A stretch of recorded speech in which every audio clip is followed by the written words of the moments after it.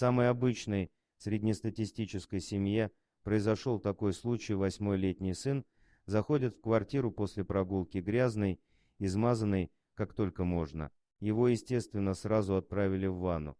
В принципе, ребенок уже довольно взрослый и в состоянии сам помыться, но маму что-то дернуло проконтролировать сей процесс. В процессе мама увидела странное вздутие на лопатке мальчика, а когда она попыталась потрогать это сине-фиолетовое новообразование, чадо сразу начало кричать, пытаться вырваться. Мать, понятное дело, пугается, бледнеет, быстро заканчивает купание, и пока сын вытирается, сразу же вызывает скорую помощь. Добралась до их дома скорая довольно быстро. Осматривать сына зашел совсем юный врач. Начал он с того, что взял деньги, а лишь потом придвинулся к мальчику. Молодой врач взял пинцет, потыкал им в волдырь и говорит: это явно не укус, но вздутие очень странное. Не могу вам сказать, что это, так что обращайтесь в поликлинику. Затягивать с этим не советую.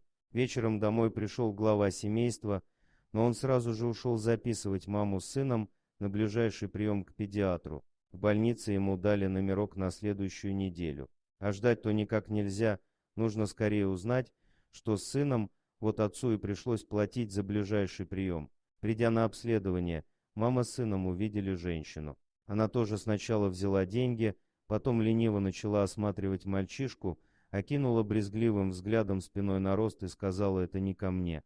Скорее всего, это онкология, а запустили то как нельзя так, мамаша. Все, что я могу сделать, выписать направление в онкологическое отделение. Маму с такими событиями придется класть в кардиологию, потому что сердце у нее уже прихватывало. Отец только бегал за спиртным и пытался держаться. Ближайшая запись в онкологическом отделении через месяц, а нужно как можно быстрее. Снова пришлось выкладывать деньги за то, чтобы быстро приняли и чтобы быстро сделали анализы. Онколог показался опытным мужчиной. Серьезный взгляд, умный вид и очень плохие слова: оперировать нельзя, опухоль образовалась близко к сердцу. Я ничем не смогу помочь, но есть один профессор, который берется даже за самые отчаянные случаи, сходите в его академию.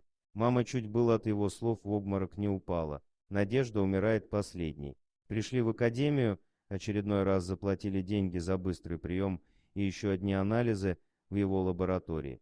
Сделали, значит, все, уже стоят перед профессором, и тут он выдает анализы прекрасные.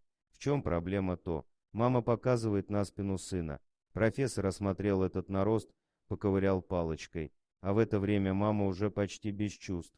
Потом просто взял рукой и отодрал эту опухоль от спины. Мама в шоке падает в обморок, сын бегает по кабинету и кричит от боли.